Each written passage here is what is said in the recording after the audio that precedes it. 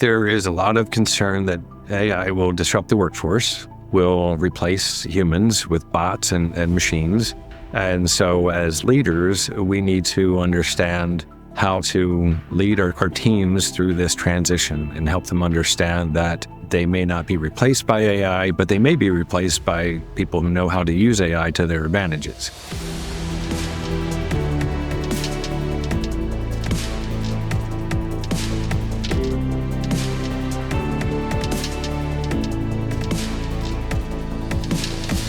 Hello and welcome everyone. I'm so glad to have you back here for another episode of the Care to Lead interview series. Today, we're going to be going deep into how AI is transforming industries, and even more importantly, especially to me and my listeners, how it's transforming leadership. We're joined by Ken Frantz, Managing Director at BPM. He helps clients innovate and secure their technology, build security programs, and strategize to address AI risk. And there's a lot of people afraid of risk these days. So welcome, Ken. Thank you so much for joining us. Thank you for having me, Cynthia. I appreciate the opportunity to be here. Well, we're glad to have you, and I'm really excited to talk to you. And I want to start with this interesting backstory that you have that begins with a Radio Shack TRS-80. I love how a purchase that your father made while you were in middle school actually started your career trajectory. I'd love if you could talk to us about that story. Surely. Well, my father was an architect, is an architect still, and valued technology as a way to make himself function bigger as an individual. He was a sole proprietor, and in that saw the opportunity to augment his secretarial service to be able to do letters and billing and things like that, repetitive tasks in a more automated way so that he could concentrate on his creativity of architecture. So he got the TRS-80 and wanted it to be something that my brother and I could learn on because it was something that he saw as the wave of the future. And so just sitting there and being something to work with, play with, I like to build things, I like to take things apart. I started figuring out what the computer could do for me. So learned basic programming and being able to make a skier go down a hill to start to process information and crunch numbers. As I grew and through high school, there was an opportunity to learn more about basic programming and being able to figure out what else I could do with graphics and images. And so it got me started at an early age. I also tell the story that my grandfather at the time was a minister. He was interested in what a computer could do for him. He kept asking, could it write his sermons for him? My father would always say, it can't write your sermons for you, but it can help you make your sermons better by helping you edit it. And instead of typing it out and having to scratch out and erase, you could use word processing to move the words around and create a body of your sermons and be able to pull from them and cut and paste. So as we turn the conversation to AI now very much, we hear the opportunity that you can put a couple ideas into the computer and it can come back with paragraphs and stories. And so I don't know that it could quite write the sermon from a grandfather today, but it's a whole lot closer than it was 40 years ago. Yeah, it's hard to imagine like how far-fetched that would have seemed in that time. And now here it is, just a reality. So all these years later, with so much change in technology, tell us what you find to be the most exciting and possibly what you consider to be the biggest threat with AI.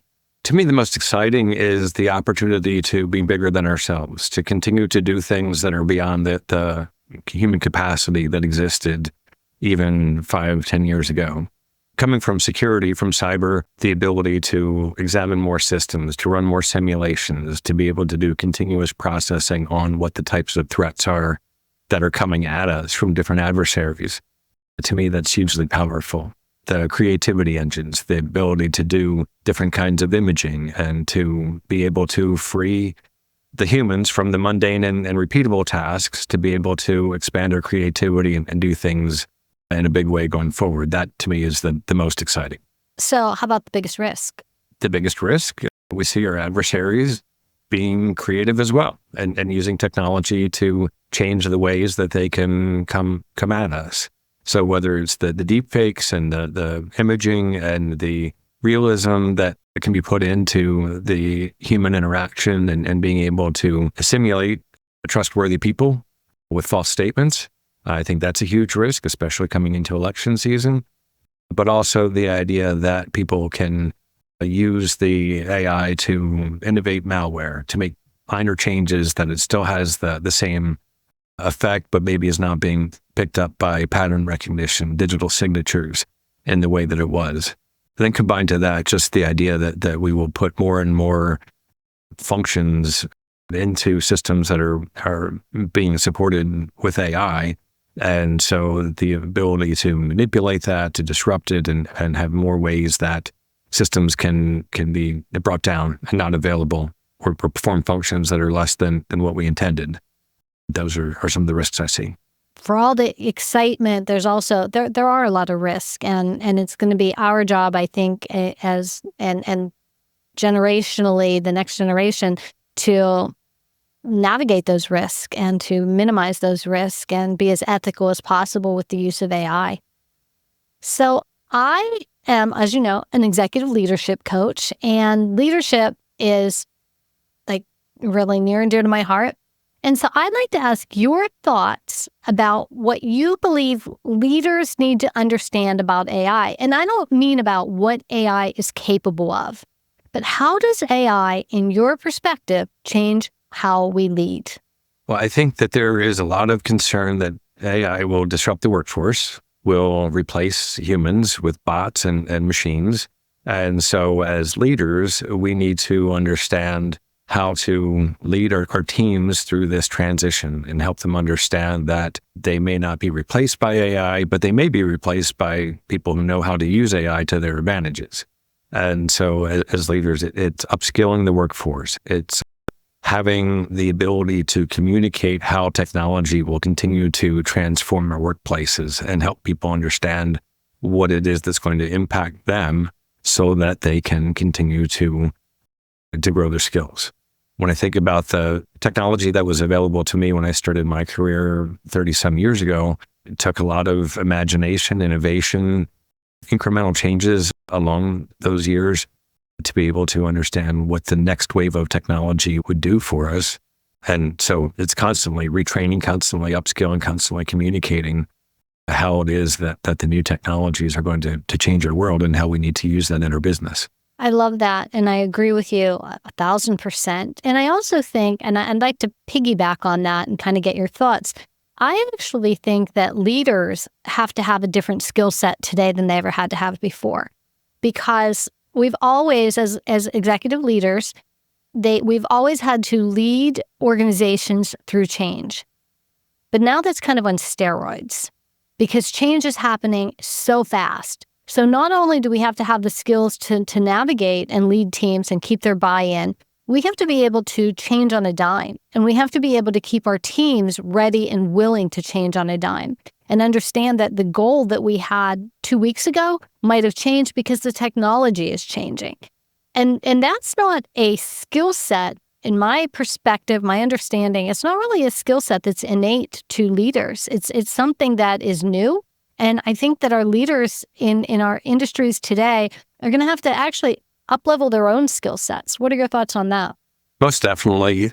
Change has been a constant, right? That's what we've seen through the years, but the pace of change is changing as new technology comes along, and AI with its programming contributions and the ways that technology can regenerate itself and can advance itself more and more rapidly will definitely change both the landscape as well as the pace of change. And I think that because it's technology-based, there are still a lot of traditional leaders who are in the workforce, who have been in the workforce longer than I have been, who have not had the same relationship with technology as I've had the opportunity to have. And so helping them understand what the technology changes mean for them, mean for their workforce, the idea that finance is changing through cryptocurrency and trading is changing because it's being supported by AI and financial processing. I mean, there are any number of business processes that are being changed, but it's helping the leaders understand how to communicate what those impacts are and get comfortable with how these changes are affecting themselves more than or as much as their workforces. So I sit here every day and think, what's the next technology that's going to disrupt how I do my work? And I have to understand that for me and my positioning. And then I have to figure out now, how do I lead my team through that and help manage my workforce for what's new? You're sitting there and you're thinking about, all right, what's the next wave of technology? How is it going to impact me as a leader? And how's it going to impact my organization? How do you then put yourself in the position of maybe someone 4 lines down in the chain of command to you, just an everyday contributor to your organization? How do you get their perspective? How do you think through their perspective and how you can then effectively communicate the next direction so that they feel secure? Like, what are some of the fears they might have? What are some of the concerns they might have that you could address as a leader with empathy? Sure. Well, the how is having relationships with people who are new graduates. Through different roles that I've had, I've been fortunate to be able to do college campus recruiting. I'm at an age where I have 3 20-something-year-old children who are able to teach me about what they're dealing with in the workforce and the concerns that they're having. I'll put it out right now.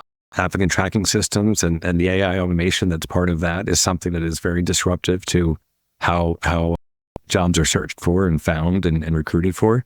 Having that kind of relationship, understanding that they have a different relationship with technology.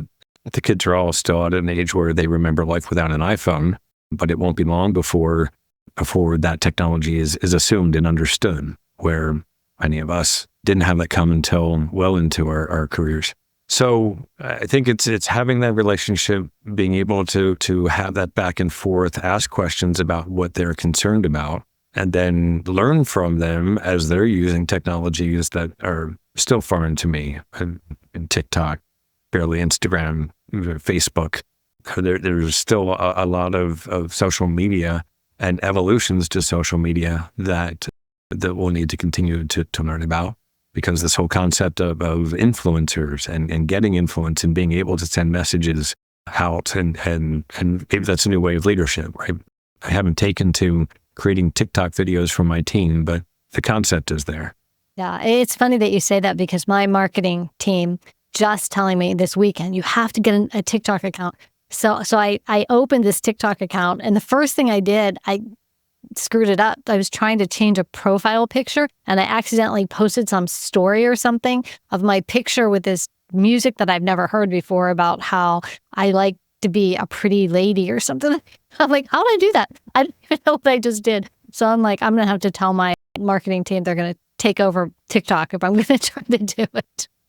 Somebody out there listening is calling us boomers and right? feeling sorry for us, maybe.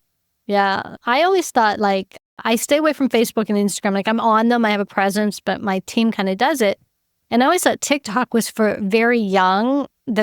But one of my colleagues has gotten so much work from TikTok from people my age and older. And he said that he was shocked that that's where he's getting most of his traction. So I'm like, oh no, now I have to figure out TikTok. And I haven't even figured out Instagram completely. So I guess I'm just old. So Ken, I love how you talk about intellectual curiosity and how that's been a positive trait for you. I want to unpack that a little, and I want you to tell me more about how your intellectual curiosity has helped you. I'd also like to know how you would mentor less senior executive in developing their own intellectual curiosity. I can't tell you where my intellectual curiosity came from, but as a kid, as I mentioned, taking things apart, figuring out how they worked, figuring out what I could do with technology. And so always being willing to look at the next thing coming. Now, conversation about TikTok notwithstanding, I know it's there, and I know that it's come to critical mass, and it's a new media form that I need to learn more about. But otherwise, I've always wanted to know not just the what, but the why of different situations. And so if I am coaching somebody and we're talking about what the next technology is or how to use it or how it works, I think that why is an important piece for people to ask that extra question. It's nothing that we have in front of us is totally self-explanatory.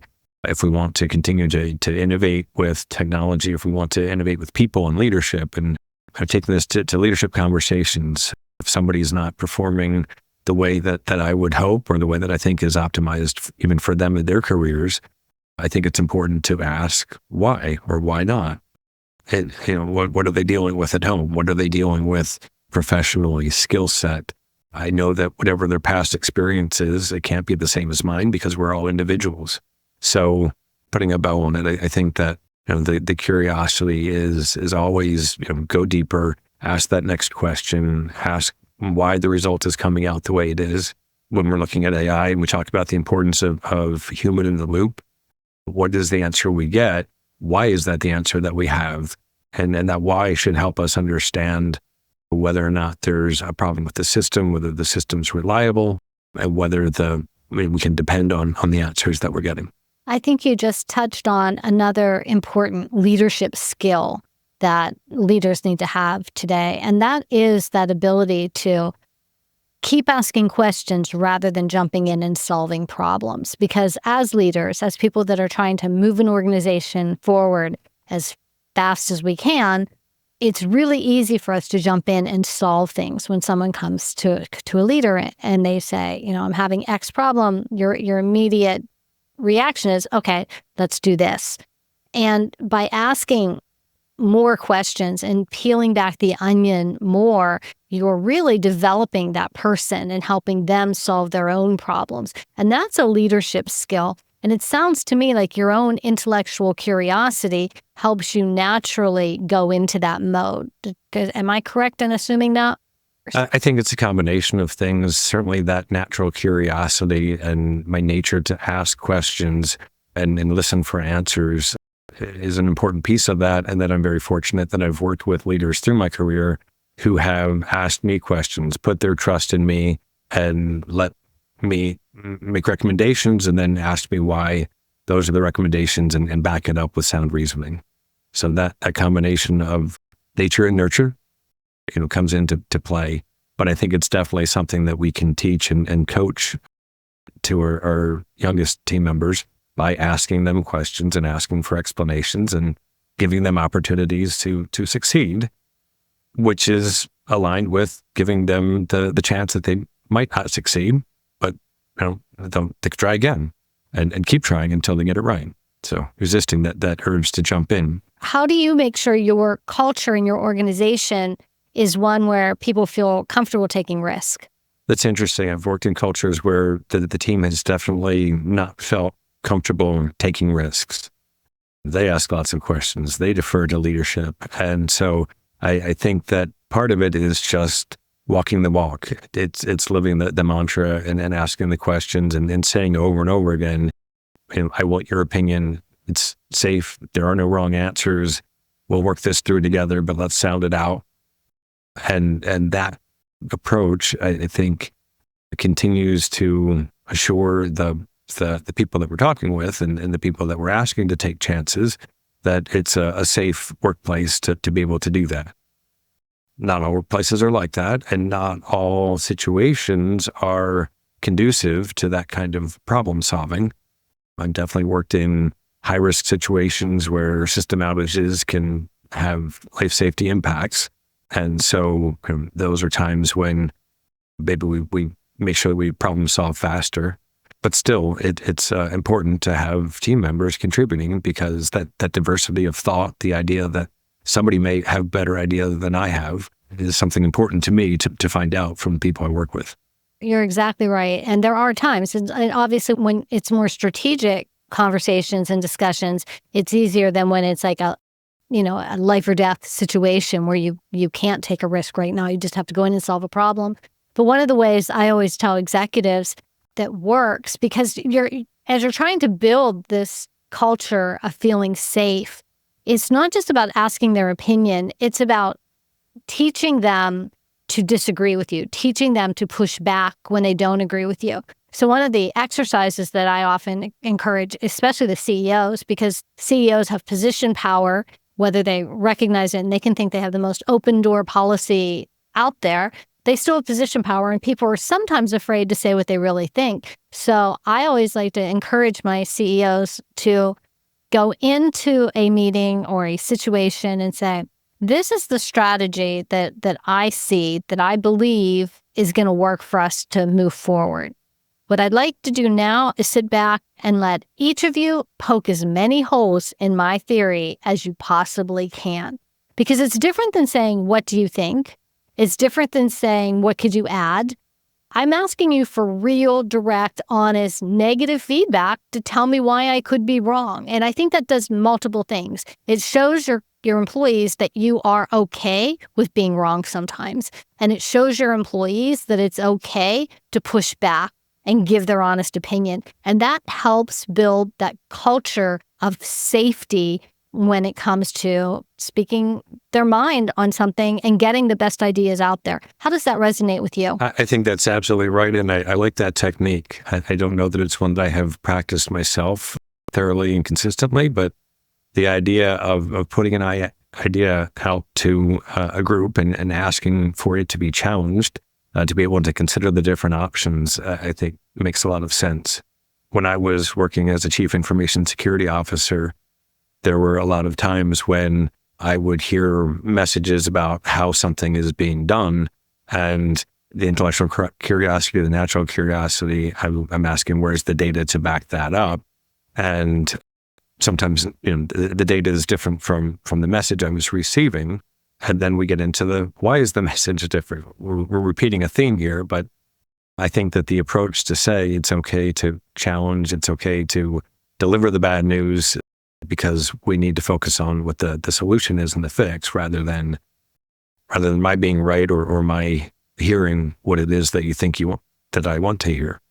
Yeah, it's always a challenge for senior executives, and that's who I work with, is that C-suite. So our listeners, I always like for them to walk away with value from listening to our podcast. And often value comes from not just hearing about our wins and the successes we've had as leaders, but lessons really come from failures. Is there failure that you've had in your leadership journey that you'd be willing to share with our audience? Oh, that's tough. I think the standard answers are, I care too much, I work too hard, I don't know. I think it's hard for me to call it a failure, because every challenge, as you said, every negative instance, I think has some positive to it. It becomes a learning opportunity. But I think that one of the challenges is working in an environment where we were making rapid system changes, because we had to build a system infrastructure and application infrastructure for the future. And we had a lot of upskilling of the team. We were working in unknown territory. And so we had more system outages, more interruptions, more lags, other challenges than I think that the broader stakeholder team really was comfortable with. And so taking time to figure out why those challenges were happening, to be able to work with the team, to be able to figure out how to debug the problems that were causing those outages, the whole experience was humbling, because it was working with a team that had to be orchestrated across broad challenges and system architecture that had many different components to it. And so the bug could have been any number of dozens of places. And so overcoming that challenge was pulling teams together, thinking through each of the areas where the challenge, the fault in the system could have been lying, being able to isolate those variables, to be able to step by step figure out what the cause of the challenge to the system was, and then look at the team and look and see if whether there was a root cause in the team structure, where there was a lack of knowledge, a lack of communication, a lack of technical resources, and be able to learn and continue to build better for the future of those systems. And I can say today, from that experience 15 years later, systems are better, a new team is in place, the organization that it was supporting continues to thrive. So again, hard to call it failure, but definitely a challenging learning experience. I like that experience. It was a great story, and I have to tell you, it was an excellent behavior-based interview question answer. Although it wasn't meant to be an interview question, you really did a great job of explaining that and telling the truth about how our failures or challenges, as you said, turn around to be learning experiences that you have 15 years later, and you still remember that lesson.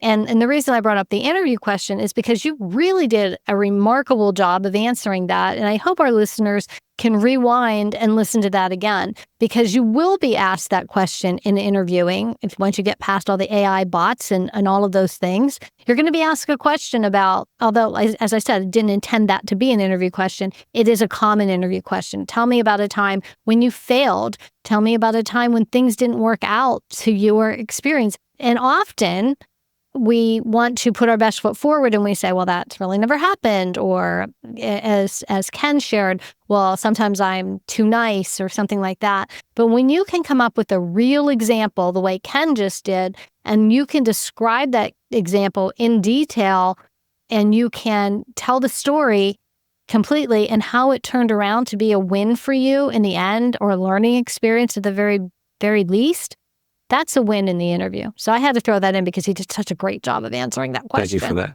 So, Ken, are there any tools, technologies, or resources that have been game changers for your particular business at BPM? So there are several technologies that are changing the landscape for the work that we do. So as a consultant, as somebody who leads a team in a practice, just being able to do online interviews, Zoom, Teams, whatever the video conferencing communication has been a substantial changer, because it helps me get on a level playing field with so many people who 10 years ago, it was a voice disembodied on a conference phone, a speakerphone in a conference room if I couldn't be someplace on time. Now the ability for everybody to get on a video call and be able to share information equally, to be able to show presentations on a desktop, to be able to exchange files. Like that's at this point, I think we would call that a low tech game changer, but the ability to drive communications. It doesn't replace the advantages of being in a room with somebody and seeing the full body language, or having the informal conversations after the meeting, but it helps to drive the meeting content in a much more structured and complete way. And now with the passive listening technologies and the ability for AI to take the transcript and be able to organize that into notes and minutes, that's just that simple process takes away something that took hours to take the notes, transcribe the notes, put the notes into paragraphs, thoughts, send out for communication. So that's a basic one. And then other things, as we go into dealing with systems and growth, there are several technology partners that we have at BPM who are using AI to be able to do massive amounts of data analysis. One technology will create a digital twin of an enterprise level, tens of thousands of nodes in a network, and be able to simulate penetration testing on that environment. Previously, it was humans sitting at computers. Maybe you had a team of humans, but they were going after systems one at a time. With automation, the technology can do that, not just once, but it can do it day after day, can do it on different kinds of systems, run different kinds of scenarios. So think of running what if scenarios on spreadsheets from 20 years ago and how game changing that was. Being able to analyze continuous threats and exposures to systems on a continuous basis, that to me is a huge change. We also work with a technology that's using AI to protect AI, where it runs threat analysis on AI models. And so it's a very new technology. Not everybody is understanding of all of the exposure, but again, by having automation that has that kind of query built into it, the technology is helping individuals who don't have full knowledge, helping them do better.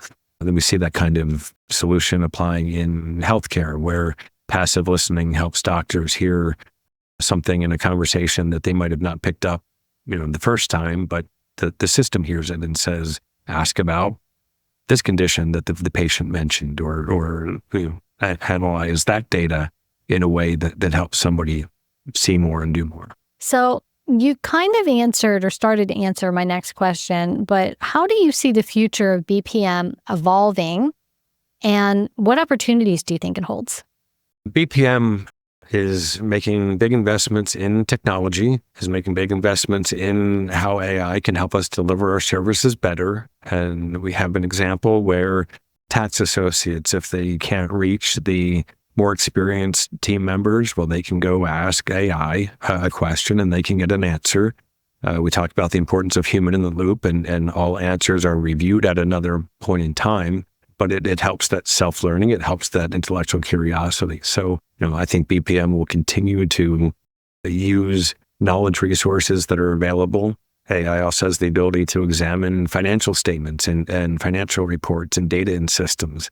And so getting automation to look for challenges that humans would look for, just as I mentioned with the physicians, we can see data that we might have overlooked as we were examining something as an individual with our own knowledge. The system has much more of a repository, much more of an ability to ask more questions faster, to lead us to different kinds of answers. So I think those are two key components. It's not replacing humans, but it's helping humans perform at a higher level and maybe increase the capacity to do more with the team that we have. Excellent. And for our listeners who want to learn more about your work, could you share with us, first of all, who your ideal client is, like who your organization works with the most, and how can they connect with you?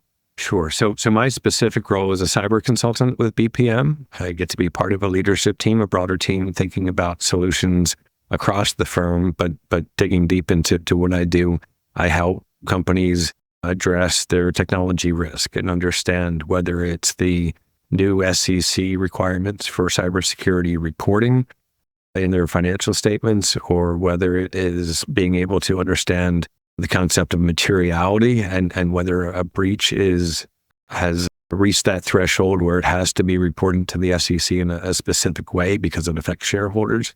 And that's one aspect of what we do. The other is just helping look at emerging technologies like AI, helping organizations set up governance programs and set the rules and the boundaries so that companies can feel free to create and innovate within what we're calling that safe space and take chances, but take chances with guardrails. So to reach me, the best way to reach me is either follow me on LinkedIn or to come to bpmcpa.com. And on that site, we have what we call BPM Insights. And we have a number of articles that talk about what we do to help our clients address technology risk. Oh, thank you. And we will have links to all of those in the show notes. And one final question just to end things. Is there one fun fact you can share about yourself that isn't maybe on your resume? How fun everybody will think it is, but I enjoy sailing. There's nothing like being on open water and being able to take a naturally occurring event like wind and to be able to position a boat and get speed and just have that feeling of making something work from what otherwise is that passive resource, that natural effect that goes by us every day. Sometimes it's damaging, sometimes it causes problems, but when I can harness it for fun and for good, for sailing, that's a big pleasure. Oh, that is awesome. I always love to watch the sailboats out there. And as a person who gets horrendously seasick, I am extremely jealous of that passion and that you get to do that. And listeners, I want to thank you for tuning in to Care to Lead video series today. And I want to thank Ken for being here and sharing his wisdom and his leadership journey. If you found this episode valuable and you want to stay updated on our latest interviews and insights, remember to subscribe to our YouTube channel or find us on your favorite podcast platform. Until next time, remember, leaders who care to lead. Thank you so much, Ken. Thank you for having me.